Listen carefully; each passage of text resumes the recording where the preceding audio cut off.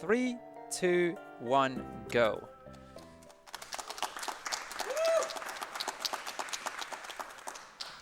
So first and foremost, I guess we should explain the premise of the game a little bit. This is a bit of an odd game in that normally, you know, when you have games like this, whenever you pick up a chest, you'd be able to upgrade your character, you get new weapons, that sort of stuff.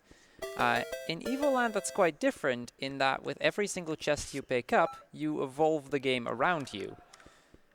Right now, it's, you know, we're getting some sound. We're gonna actually unlock save points, which we don't normally do, but because it's a marathon, that is just there for safety.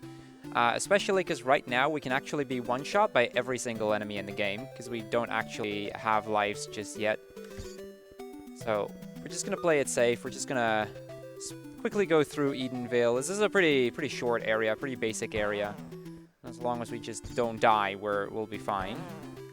Yeah, the reason we don't have lives yet is because that, obviously, just like everything else in the game, they are unlocked at a later point by picking them up in a chest, so we have to wait for that.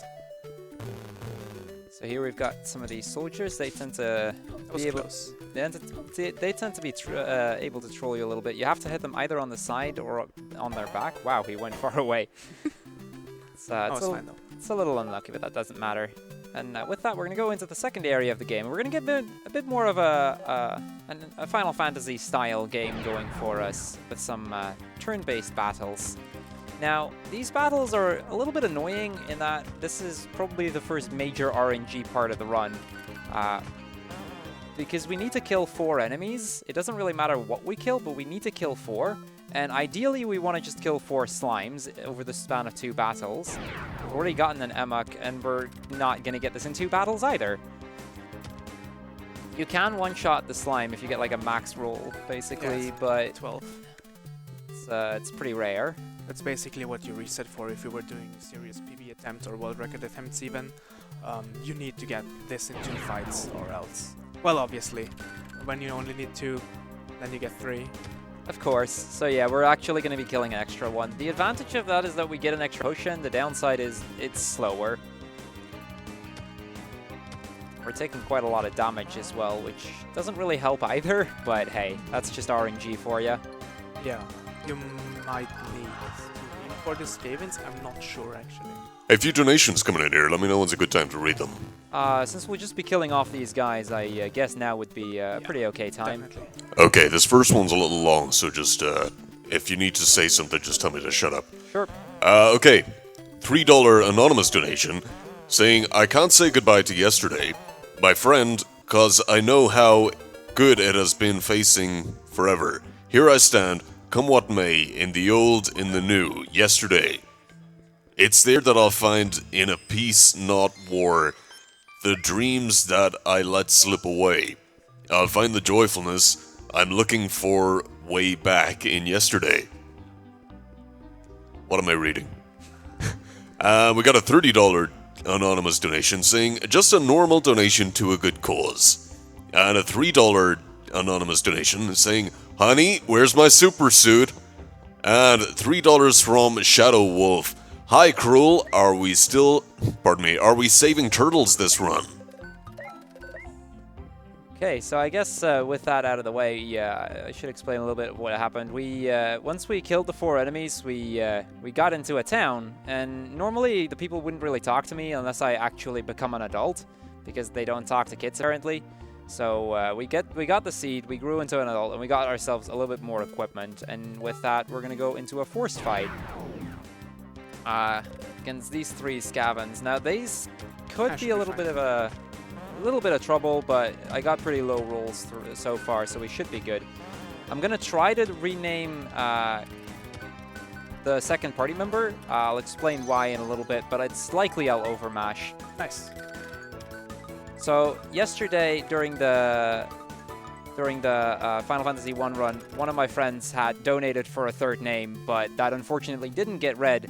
So in his honor, I'm going to rename Kairos to Wii, which was the name he donated for. I didn't actually put that in as an incentive because it's really easy to overmash that. So I didn't want to risk not being able to actually put the incentive in. Yeah, just a quick note on that. We've been having some issues with PayPal. and we're waiting to get that resolved. The donations have not gone missing. They're just we're just waiting for PayPal to confirm them. That's all. But yeah, I figured, you know, in his honor, I would at least give him that one. So we're going to go through the crystal caves here. Pretty straightforward dungeon. The chest I just picked up has experience points in it so that we can actually level, which will come in handy for one of the later fights. We're also going to, just for safety, get this life fountain here. Ideally, you might not really need that, but it's definitely just safe to get, you know, a bit of extra health. Especially since all of these enemies can deal quite a bit of damage. And we're also going to come up on the first glitch of the game. Well, sorta. It's a really small little glitch, but it's pretty cool to show it off. So we're going to step onto the pressure plate over here. Going to go into the menu, and by cancelling out as it starts playing, I can start moving again, which normally you'd have to wait until the sound ends. Saves like maybe a second at most. It's very little, it's gonna but come in more important instances of this glitch later on. And we're going to come up on the first boss, Kefka's Ghost. Now, if you've ever played a Final Fantasy, you might remember Kefka as the boss of Final Fantasy VI. And, well, we're going to go fight him here. The fight is pretty straightforward. He's got two phases, one where he attacks and one where he doesn't do a thing, but I can't also attack him in that phase, otherwise he'll do a counterattack. So this is that phase where he has the chance to cause a counterattack if I attack him. So the fight itself is it's just a matter of attacking and healing if needed. I'll play it fairly safe, and Kairos, or Wii, is getting a little bit low, so I figured I'd throw a heal in there. Yeah, if you want to go very risky on this fight and never heal at all, and also get lucky on your damage rolls, you can actually prevent him from going invincible the second time, which is happening right now. You can kill him before that. It's fairly tight though. It's a very tight, and you need pretty good rolls as well, Yes, I think. definitely. It's a really close window. So we're just gonna take that third phase. That's completely fine. There we go. That's Kefka's Ghost, and on to the next area. This is also the first time that we're gonna go into a 3D mode. You know, because as I said, we're gonna evolve the game around us, so we might as well do that as well. And we're finally going to get ourselves some lives here, so we don't get one-shot by everything. Best chest in the game? Easily the best chest in the game. These bats are being a bit of a jerk there, but it's fine. So this area specifically is actually quite interesting, as, well, we're going to come up on a bit that you might actually recognize, because once we pass this pressure plate, we're actually back to the start of the game. This was the area we visited at the start, but now it's in 3D. So to the right here were the knights that we fought at the start. If we go down here, we'll find the story chest, which is on my right here. This is where we saved. You know, it's all back to the start, you know. But there was another plate that we couldn't pass earlier, which is down here, and we're going to do just that. And we're going to grab this chest on the way. That allows monsters to drop little heart pieces, which is quite helpful as well. I want to say that chest that we just passed right after we got that is actually probably one of the worst chests in the game, in that it has the zoom ability, which gets you like a 2.5 second cutscene every single time you pick up a chest. It's really annoying if you get that. But, you know, the graphics still look a bit crude, so we're going to upgrade those as well, make it a full 3D dimension here. And on to probably my least favorite dungeon of the game. It's probably also the most technical dungeon of the game. I think so, yeah. So these are the Noria mines, and there are a lot of little tricks that we can do here to save little bits of time. That pressure plate trick that I did earlier will come into play here quite a bit as well. A few life drops, it's nice. Step on that one. Then there's a second pressure plate, and that's where the first of those tricks are gonna come into play. So I'm moving right now as this cutscene is playing. We also skipped a bit of a cutscene here, which is around that chest right there, where Iris just starts talking to us. It's pretty boring, so we just figured we'd skip it. Okay, now for, hopefully we can succeed at this, probably one of my favorite tricks of the game. Okay. Got it. Yes. So we're gonna pick up this chest, and we're gonna get an animation that, you know, shows up picking up the key, but we don't care. It works really similar to the pressure plate stuff he has been doing, but in this case he keeps the menu open to allow himself to skip out of a cutscene at a later point. I missed this one. That's a little unfortunate. I pressed tab slightly too late to get into the menu. Also, you saw him pick up the pot breaker chest, which you might think is actually like a backup or marathon safety strats. It's actually not, because there will be a single pot in our way, and if we don't have the pot breaker chest, our sword will not be able to get through there.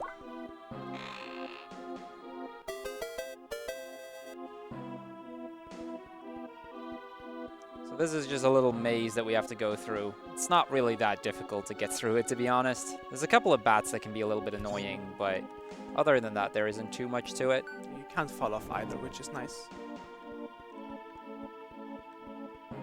So I'm going down there mostly to manipulate the skeletons. Makes my window here a little bit bigger. You don't really have to, but it's kind of nice to have a slightly bigger window of movement here. Especially because we'll be doing a similar trick here again. Nice position of the bats here. This will be also very, very important if he gets that, but it's fairly alright, the timing. Yeah, and there is a backup for this one if you don't get it, but this is probably the biggest skip in this, or the second biggest skip in this dungeon.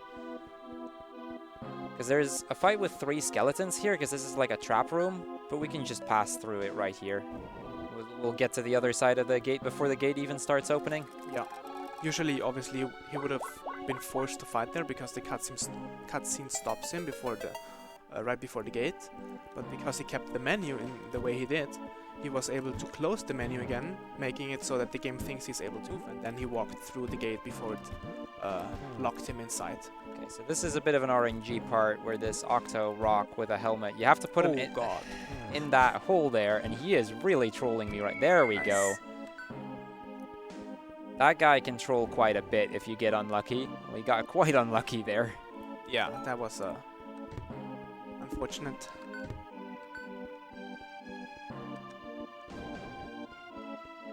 Okay, so another trick coming up here. We're going to pass through these whirlwinds to get through as easily as possible. The main one we want to skip is the last one, because if you fall down there, you'll get set back to the start of the dungeon. There's I believe it's a card or a star that you get through beating that part or falling down there, but we really don't want to get set back too far. Oh, whoops, I paused out too early. So yeah, the reason he pauses there is nothing. It might not work, I think. Yeah. We want to try to... Good backup. But yeah, the reason he pauses there is because, as you can see, the animations keep on going. In case of the whiz rope type of enemies, the fireballs keep on flying through the screen. But Clink, or the character, is actually invulnerable, because obviously we're in pause. So that's why he's doing that, to not get knocked off the maze. Okay, so I might play it a little safe here, because I really want to keep these hearts right now, and these mages have kind of been trolling me. So I'm just taking the safe route here. Yeah, definitely. We need to keep our health somewhat low, but we also don't want to get it too low, because we need to do a death warp later, which is why I can't save here either.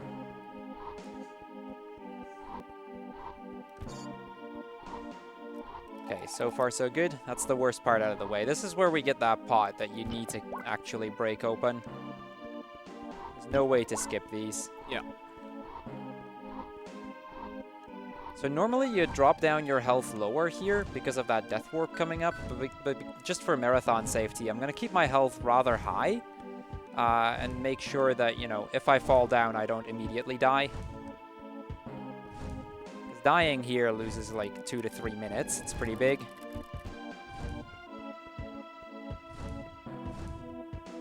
This is a good time for a donation, Crrool? Just a little bit. Yeah, So sure, just let me know. So we get the boss door here, which is actually a very important door, and then I'm gonna death warp back to the start of the dungeon. The thing is, as I death warp, that door stays into place, so we can actually go to that door and trigger the boss fight on the other side. And I guess while we're going for the boss fight, you're free to go for a donation. Also, we unlocked the annoying sound. That's always a good sign. Let's hope we not get like low on HP again, because it's actually an annoying sound in this game. So this is that boss fight. He's got 3 different attacks that he can do. He can either charge into the wall, which is when we can damage him. He can spawn bats, or he can spawn fireballs. We want him to charge as much as possible. So I'm going to try to stay close to the wall so that when he charges, he'll charge into the wall and actually be able to get hurt. This fight in 100% is probably one of the hardest fights, because in 100% you have to actually do it damageless, whereas in any percent it doesn't really matter. So yeah, you can do that donation right now. Yeah. Sorry, just had to get my microphone volume turned down. Okay, we have a $5 donation from ZNT Saito. I am the shadow that flaps in the night. I am the overworld chest that you will just walk by. I am Overworld Encounter. Duck. Shout out to Crrool and House. Here is a Crrool Wii for you guys. So shout outs to Saito. That's actually the guy that caused me to learn this game to begin with. We started this out as a blind race that we did at some point. So without him, I wouldn't even have been running this game. So, you know. Speaking of the chest that he just mentioned, that'll be coming up right here. So we're going to set this up. This is pretty much a pixel perfect trick, but we can try it over and over if we fail it. It's not a big deal. So what he's trying to do there is line up fairly specifically and get through the chest, because for some reason on that very pixel the chest has no collision, so we can get through it. Yeah, so I line myself up with the flowers. That's just a cue that I use to get through. There is a slightly faster way by walking diagonally, but this one has, at least for me, been slightly more consistent. And that skipping that chest right there is probably the biggest time save in the run. It's all of the overworld encounters for the entire rest of the game, because those are all in that chest. And we're going to talk to Sid here. We're basically going to get a bit of an idea of what the story is even about. So you want to go into that one? I guess I can do that, yeah. So, well, the story or the trick that we... I'm not going to do the text box skip here. So should I still explain it? Want me to? Yeah, sure. Yeah, okay. So there's a text box skip that you can technically do here. It's fairly ridiculous, and yet again another reset point in the run if you were to do it. So that's why we're not doing it. But there is one guy in the city that wants you to play cards with him, and in any percent, obviously, we don't care for those cards, so we don't have any, or at least not enough to be able to play with him. So when you talk to him, he will be like, yeah, never mind, you don't have enough cards. But for some reason, the game allows you to walk because it ends the dialogue with him, but that little text box on the top of the screen is still open where it says, you don't have enough cards. So we can walk around with this text box open and talk to all the people that he's talking to right now, and essentially carry over their text box to the next story important person that he needs to talk to, if that makes sense. So the moment he would have started talking to the lady he just did, the text box from the card would have closed, making him able to move again, but then again opening her dialogue as well, so he's able to carry along the dialogues from person to person to person. And for some reason, and that's the stuff I don't think any one of us gets, but for some reason that makes it so you can skip the last guy you need to talk to, and the game just warps you to him for whatever reason. We have not figured out why that is, I think. But yeah, that's the basic idea of this trick. Usually runners have a really hard time with learning that, because when people are doing it, there's so few people that actually know how that works. But people that are doing this trick are mashing through the text with either A or B, and obviously when that is on stream or something like that, viewers don't know if the streamer is mashing A or B, except for when he has an input display maybe. So that's what makes learning this trick so difficult. There's so few resources on that, or descriptions of that trick. Yeah, so the basic idea in the story is that Zephyros has been causing some trouble here, and in order to get to him and open up the Black Citadel, we need to find two pieces of an amulet. One is hidden in the Sacred Grove, and one is hidden in the ruins of Saratnak. We'll be going to the Sacred Grove first, get that piece, and then we'll be moving on to the ruins of Saratnak, where I will actually be using a similar trick to walking with the text boxes, so you will be able to see what it's like. It's a pretty interesting little glitch that we can use. But first and foremost, we're going to go down here, and we're going to go through the Sacred Grove. And this is it's a pretty cool little dungeon. There's a lot of little cards and stars that you need to pick up. It's a pretty interesting dungeon, in 100% especially. But for any percent, it's a pretty straightforward dungeon. We'll be using a few little tricks to speed things up here and there. I'll be pointing those out when we get there. This is also the first time that we get the ability to time travel, which is when we travel back to, you know, our 2D era. And in the 2D era, I can pass over like the small little trees, and in the 3D era, I can pass over these stone slabs. So the idea is that you need to travel back and forth, figure out some puzzles, but for the majority, we're not gonna be bothering with that too much.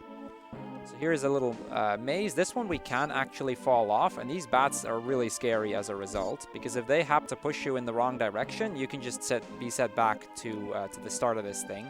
However, it also allows for a little bit of a, I want to call it a lava boost. Shoutouts to my boy Indy, but a little bit of a trick where we grab the bow and we just go back to the start like that. Skips has having to walk back. So yeah, here we use a bit of a trick to not have to bother with this little tree. We're just gonna pass over it like that. Saves a few seconds. Yeah, what he did that is essentially the same thing as he did in the Noria mines, where he paused before a cutscene started playing, and then was able to move during that. Luckily in this one, the camera actually stays on you, unlike in the Noria mines where you have to do some blind movement, or you can do some blind movement if you want to. So here we're going to be doing a similar trick. This is mostly just so that I can walk as the animation plays out. It saves very little time, but it is, you know, it's another couple of seconds that you save because of that in total. Okay, so here I actually have to watch out that I don't actually accidentally shoot a bat. That can happen sometimes. I need to light a fire on top, which is why I had to go past those bushes, and I have to light the fire on the other end here, as well as burn away one of these bushes, and all of that is to... Okay, got good. That went pretty well right there.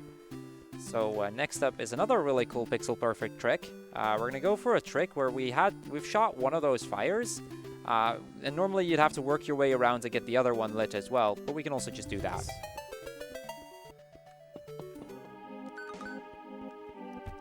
So this is where that amulet piece is at, and we're gonna do another similar trick to what we did with the key earlier. I'm gonna push this one on. That's gonna open up the door here. I'm gonna go past this door into a little... This is gonna trigger a cutscene, but I can move through the cutscene. I want to get a chest here. So these skeletons, they die with one arrow. For the mages, there are two ways of killing them off. You can either use the sword, which they would take 2 hits with the sword, which if you time it perfectly, you can get both hits in at the same time. Or you use bombs, which is what I personally prefer to use. Got one of them. I was hoping to get both of them there, but I figured I was probably too far away. Yeah, by pause buffering, I can basically set it up in such a way that they stay at the position they are, so the bomb is guaranteed to hit. It's a little bit easier to do. It's not necessarily faster, but if you get 2 of them with the same bomb, it is faster to use the bombs. If you get 1 of them, it's probably faster to use the sword. So it's really up to preference which one you use. So when Crrool was exiting that little area with the skeletons and the mages, you saw him maybe stutter a little bit when he was approaching the gate on his way out. That is because when he's doing the little cutscene walking, I guess you can say, the game is somewhat confused, obviously, because you're not supposed to walk. So in order for the gate to actually open, you need to stand still for a little moment. So the game realizes, okay, he's in the cutscene, he's not walking, let's open the gate. So here we're going to do that text box walk that we mentioned. So I talked to him. The text box stays open. I'm going to use that to talk to the nurse here. And she gives us two things. Normally she would allow us to heal and she would allow us to save. And we're going to take both of those things into the next dungeon. The heal will make the early part a lot easier because we'll actually be able to heal to full really early on in the dungeon as we're taking damage. The save will come into play later on that I can use to save as I get close to the boss, and if I'm really low health, die there on purpose so that I get back to full health but stay at that position. We're also going to get a character selection here, and we're going to get Kairos as our character because she's able to attack all around her, which makes her a lot more versatile as a character. So here I need to pay close attention to the audio, so I'm going to stay quiet for a little bit. So there we heal to full. Really good health here. Nice. That was really good. But yeah, right before he was dying, you could hear the sound a little bit again, as an indicator of him almost being dead. He picked up the chest that gives him the, I guess, the life orb, you could say, on the bottom screen, and that's the one he actually refilled. So that was really, really good. So we're now just going to go through this area. We're going to just dodge every single enemy because we really don't care for these. The fireballs deal a lot of damage, so I want to watch out, especially for those. We're just gonna casually walk to the boss as if it's no big deal. I still have my save. I'll be using that as I get closer to the boss, although I might actually not even need to die on purpose. The area becomes a bit weird because I never actually got the lighting chests that we passed by earlier. So the game glitches out a little bit because it doesn't really know what to do here. This area, just to play it gameplay-wise, in a speedrun is kind of weird because you need to constantly remind yourself of, okay, I cannot attack, I cannot do anything else than move because that will trigger the save or the heal if you do it even earlier, because obviously you're still in the menu. That's plenty of for the boss. That is more than enough, yeah. Usually you'll have to kill yourself there at some point just to get enough health, but I'm really high on health, so that's really nice. So I'm going to kind of try to manipulate the boss behind one of these statues because that way his fire attacks won't actually be able to hit me, and I can just spam the attack button to drop his health. So you see his health drop significantly faster than mine. This is just a really easy way to kill him off. This fight casually can be quite tricky, but with this trick, it's a really easy fight. The only thing that really can damage him right now is this little claw swipe, and he has, again, plenty of health to work here. Do we have a time for donation? Yeah, go ahead. We have $5 donation from Indragpack, who sent his money towards a goal, Pokemon Ruby Sapphire naming bird, with the comment, Lava Boost Hype. That's also the name he wants to see. So here we're coming up on the second of the amulet pieces. I'm going to pick that up, and that spawns another chest right here, which actually opens up a portal back into town, and that's pretty much the hardest part of the run down. We're going to buy some potions. We don't really need to, because ideally, if you're really going for a good time, you'll want to do the next fight without even needing to heal to begin with.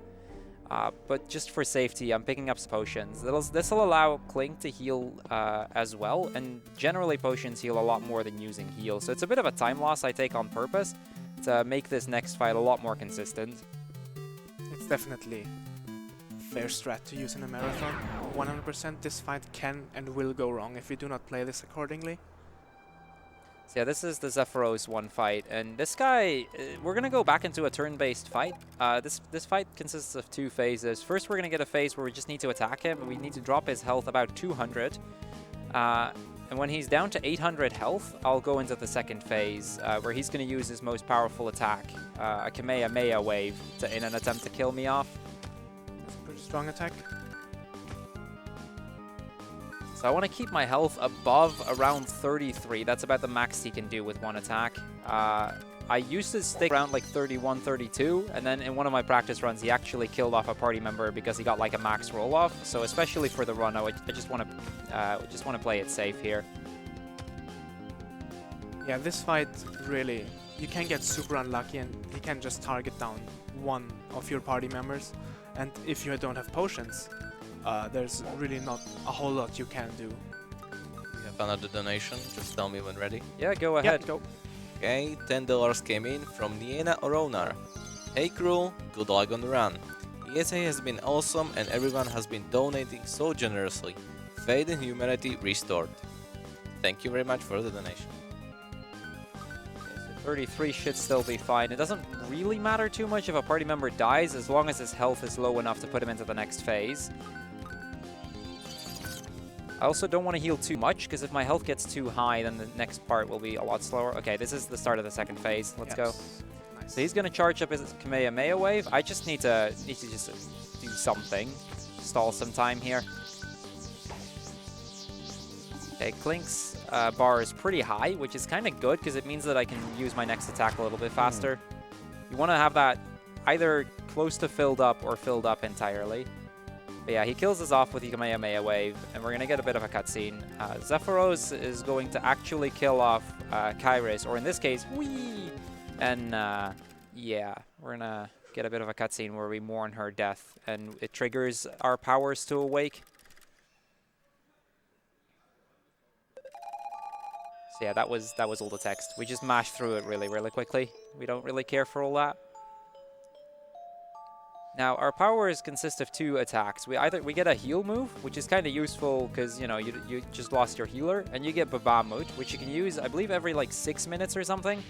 And Babamut instantly kills whatever enemy is left by dealing exactly the amount of damage that he still has in terms of health. So he had 784 left, and that's just now done. And he's gonna just go away. He's gonna restore his health at the mana tree. But we're not quite done with him. We're gonna go to the mana tree as well, get ourselves an airship, and you know, kill him off once and for all. So when entering this town from behind, as he just did, there's a little trick you can do, but it's only with a controller or any kind of analog stick, because he's doing it on keyboard, so that's why it does not work. You can enter this village at a very specific angle, and for some reason, although you're entering it from behind, you will be thrown at the beginning of the village, which is the map he's loading into right now. So that would speed up this little part, but it's not a big deal. And also getting a controller to work with this game is a whole new science in itself. So we're gonna talk to Sid again. Everybody in town is kind of mourning Kairos' death, and we're just gonna, in an attempt to kind of avenge her, we're gonna get his airship so that we'll be able to go to the mana tree and beat Zephyros once and for all.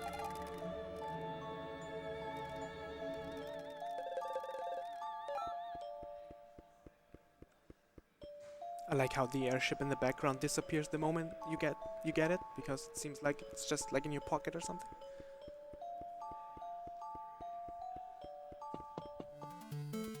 So here we go, onto the airship and onto the final boss. Now this boss consists of 3 phases. The first phase, we'll have to get the hands down. Each hand takes 10 hits. Then in the second phase, we're going to get rid of the armor. We need to hit the armor and then hit the orb that comes out of it 4 times. And then we're going to go into a third phase where we have to cast blue balls back to him. So let's see how this goes. Good luck. Time will be as the last text box after the third phase closes.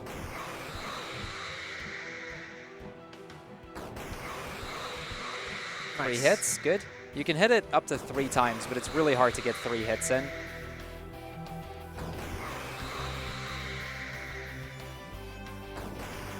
Okay, that's the first hand. Pretty good first hand.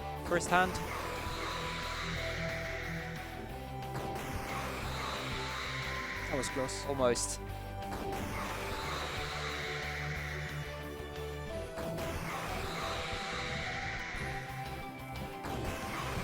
Okay, there we go. That's the first phase.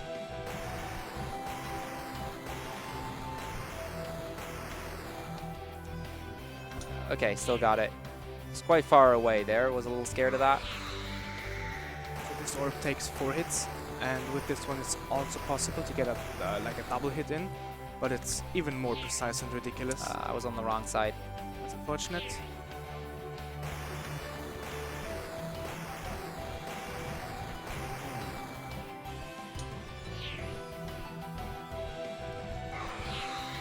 That should have been a double.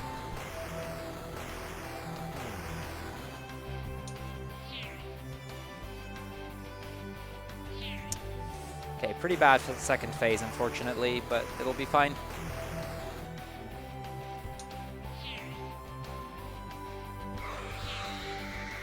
That's alright. Again, it's really, really tight, that window of opportunity. Like, even getting to the orb that pops out sometimes, if you choose to go the wrong direction, you cannot get that to begin with.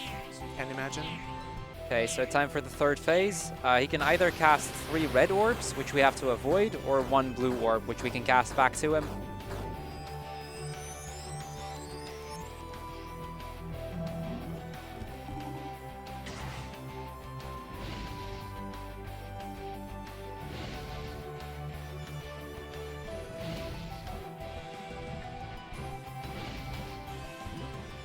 That's 1.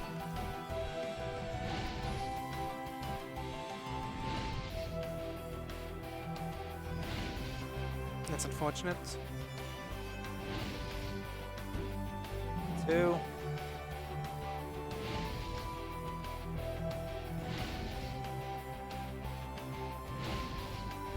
Yeah, I figured that would miss. Yeah, The angle was really weird. definitely need to be right on the angle here as well. Apart from getting good luck, obviously, which we are not getting really. Nice. Okay, 1 more. So again, time is coming up really soon. Should I press the button or you want to do it? You can press it. Nice. Worth it. It's a shame. Yeah. Sometimes you really cannot do anything if he decides to go a certain direction. That should be it. Oh, that one was on me. I should have got that.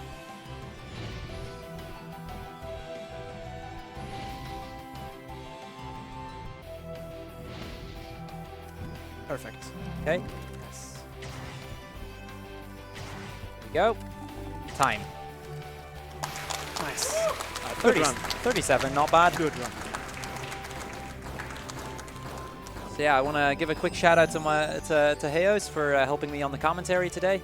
Shout outs to all of the crew from ESA for letting me run it here, and enjoy the last few days of the marathon. Yep. I agree 100%. But thanks for having me. Thank you guys for amazing run.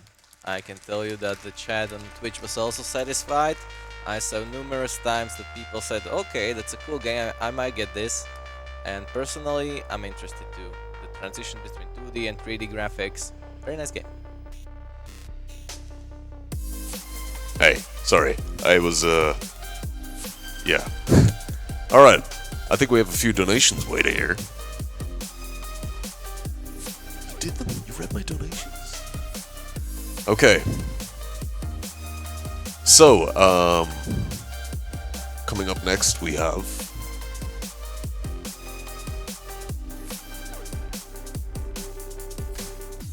Up next is the Swapper, played by Zed. Okay. And then after that, I believe we have the Mexican runner playing Contra. Contra. Cool. Looking forward to that one. By the way, guys, 3 needs water. Shirley Root needs water.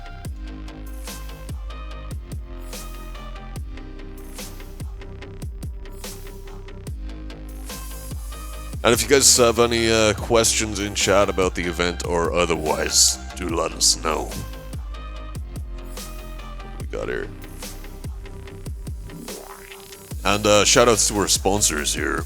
Elgato Gaming, Twitch, Sigma, El Giganten, the City of Vecua, and Speedrun.com. Have you heard of that site?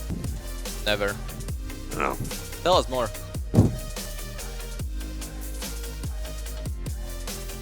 He actually forced me to register on a site just a few minutes ago. Yeah, it was so you'd be able to see the Slovakian flag down there.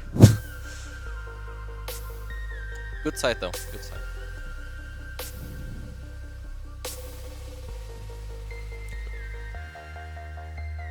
Also, just to remind you, we have a goal of 90,000 total, which you can see in this corner, right?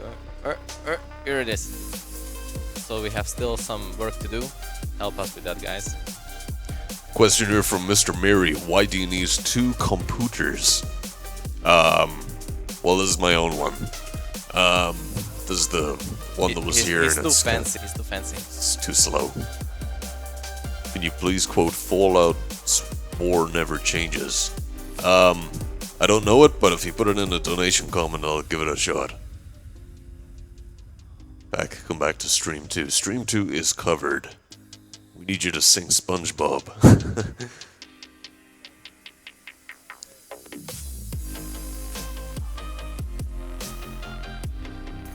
How much whiskey is needed? I've never drunk alcohol or smoked. Really? Really. And I'm Not even a Irish. try. No interest. Don't trust him. Surface Studio, no, it's the Surface Pro 5.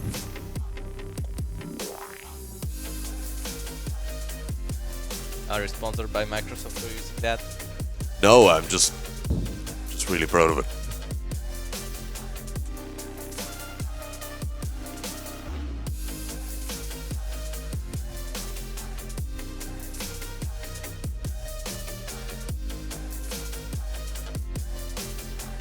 Somebody but just busted you in the chat.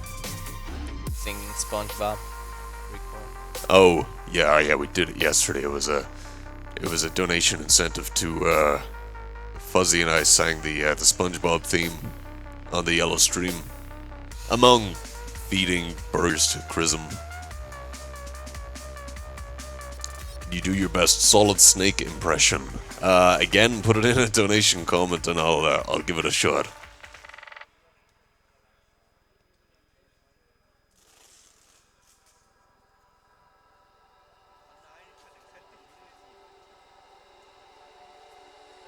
Irish and never drunk. They don't trust you with that. Exception to the rule. All right, looks like we're ready to go. It seems. Yeah. So, do you want to like switch that. it over? I don't know. It's the green button. Okay, hey everybody, I'm Zet, and this is The Swapper, a game released in 2013 by Facepalm Games. I'm very excited to show it because very few people know of this game, and it's actually quite good. Alright, let's begin. So before we start the game, I want you shortly to admire the graphical style of the game, and I want to stress that the developers did in fact model every props in every stage in the game with real-life properties, so like clay, stones, cables, nails, and this can of food you see, which represents an escape pod right there, which is I think very awesome. But we're going to skip the cutscenes here, and timing begins as soon as I start moving. So just to bring some information up on this game, few people know it. As I said, it's released in 2013. It is some kind of a puzzle-based Metroidvania game. It's not really Metroidvania, as you don't don't collect more abilities, but just solve puzzles. Okay, and timing begins. Hang on, how to do this? 3, 2, 1, go. All right, there we go. So we